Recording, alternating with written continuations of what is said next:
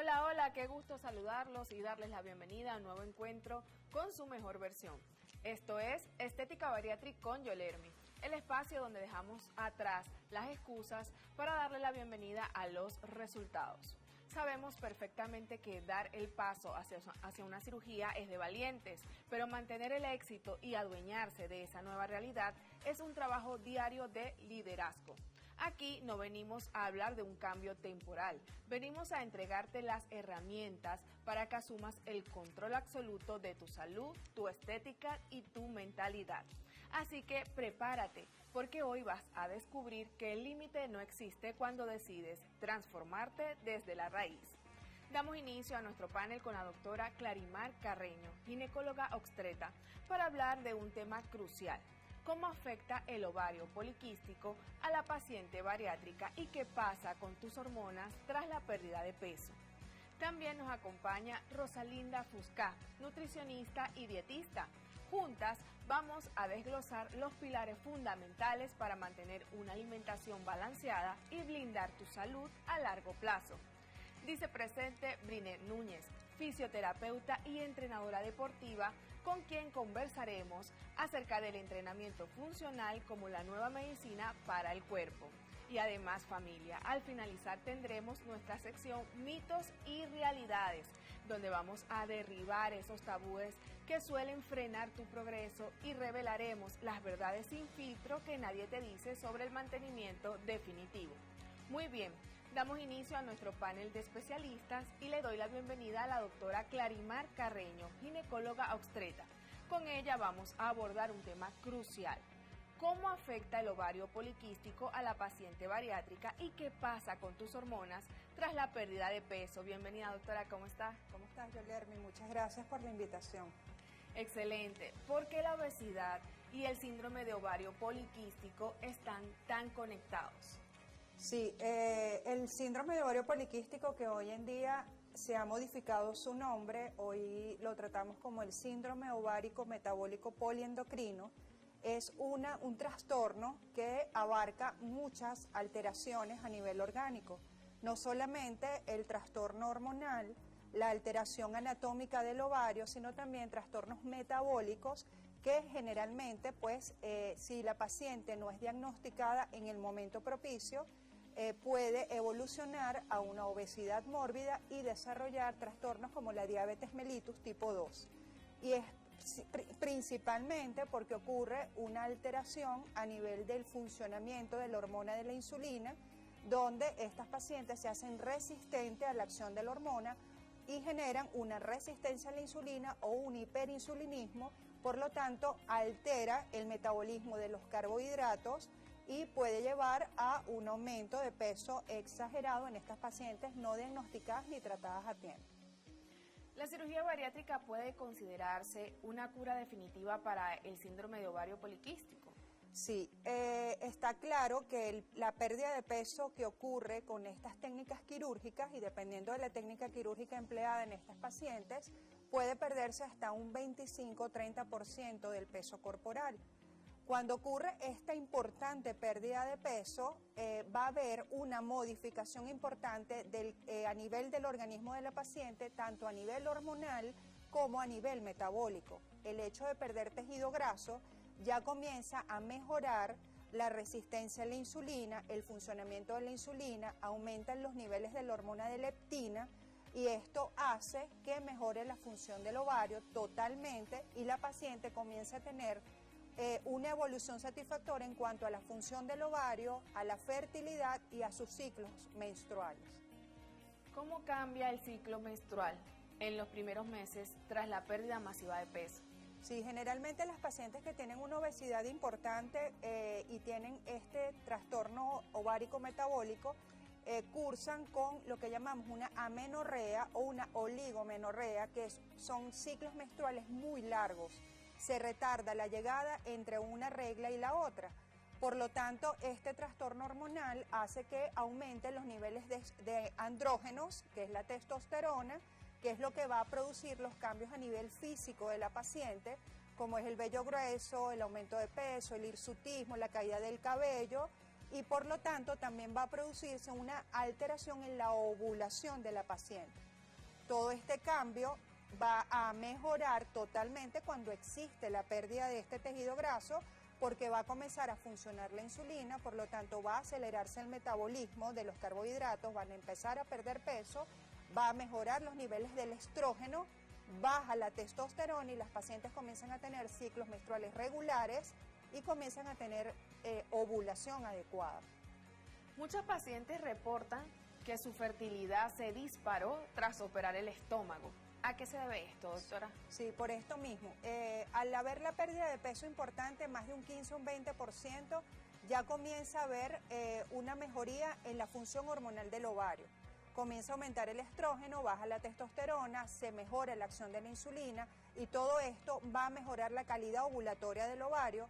Por lo tanto, las pacientes van a tener ciclos menstruales regulares. Al regularizarse el ciclo menstrual, vamos a tener una ovulación importante y las pacientes tienden a embarazarse con bastante facilidad y muchas veces muy cercana a la cirugía, por esta mejoría metabólica y endocrinológica que ocurre en las pacientes que son sometidas a las cirugías bariátricas.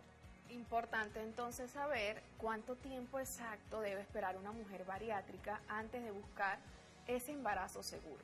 Sí, si es una paciente conocida ya con el diagnóstico del síndrome ovárico metabólico poliendocrino, ella debe acudir a su consulta ginecológica, ¿verdad?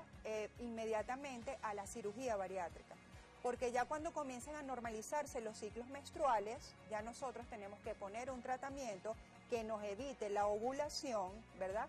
Para que el embarazo no ocurra precozmente después de esta cirugía. Lo ideal es, en toda cirugía de cavidad abdominal, ya sea de este índole o ginecológicas, deben esperar mínimo 6 meses para que pueda ocurrir pues un embarazo sin ningún riesgo por la misma técnica quirúrgica. Entiendo. ¿Por qué las pastillas anticonceptivas tradicionales pueden fallar después de un bypass gástrico? Claro, en el bypass gástrico estamos alterando la absorción gastrointestinal de los nutrientes, y no solamente de los nutrientes, sino también de los medicamentos. Estos medicamentos, su mayor absorción es a nivel del tracto gastrointestinal, estómago, intestino.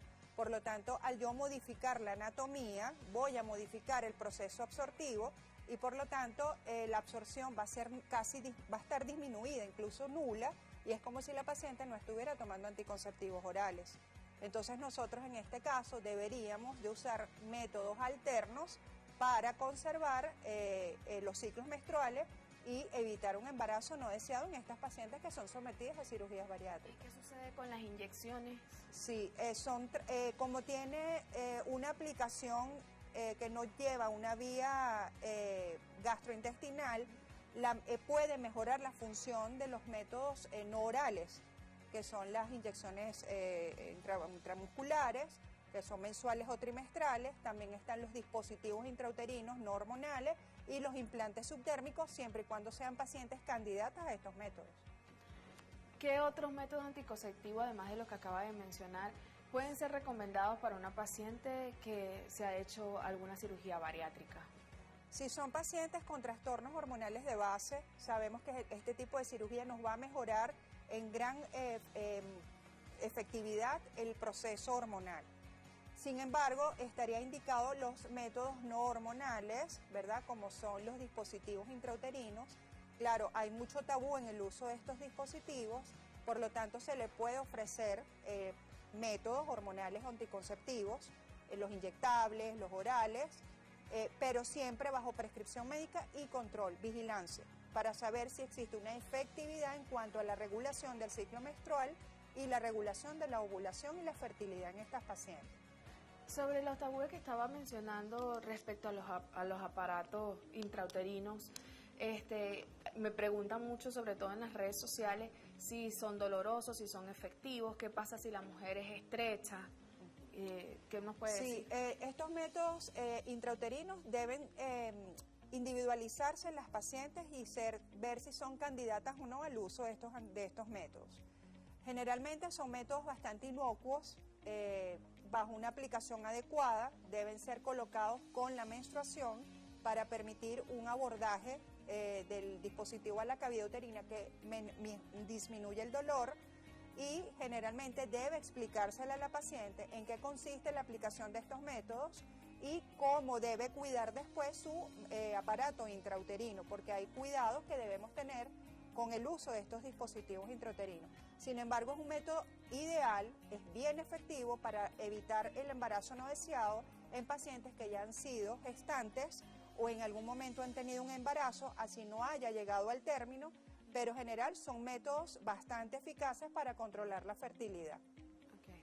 Si ocurre un embarazo temprano por accidente, ¿cuáles son esos riesgos de verdad a los que nos estamos enfrentando, ya sean hormonales o nutricionales?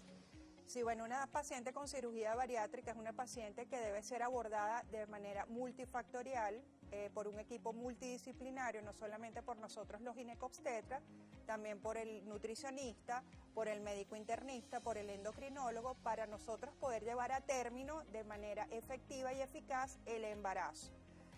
Dentro de las complicaciones que más se pueden tener en estas pacientes, debido a su disminuida absorción de los nutrientes, sin embargo se le hace su tratamiento para reponer estos nutrientes a dosis adecuadas. Generalmente pueden hacer complicaciones como fetos pequeños, recién nacidos de bajo peso, crecimientos restringidos.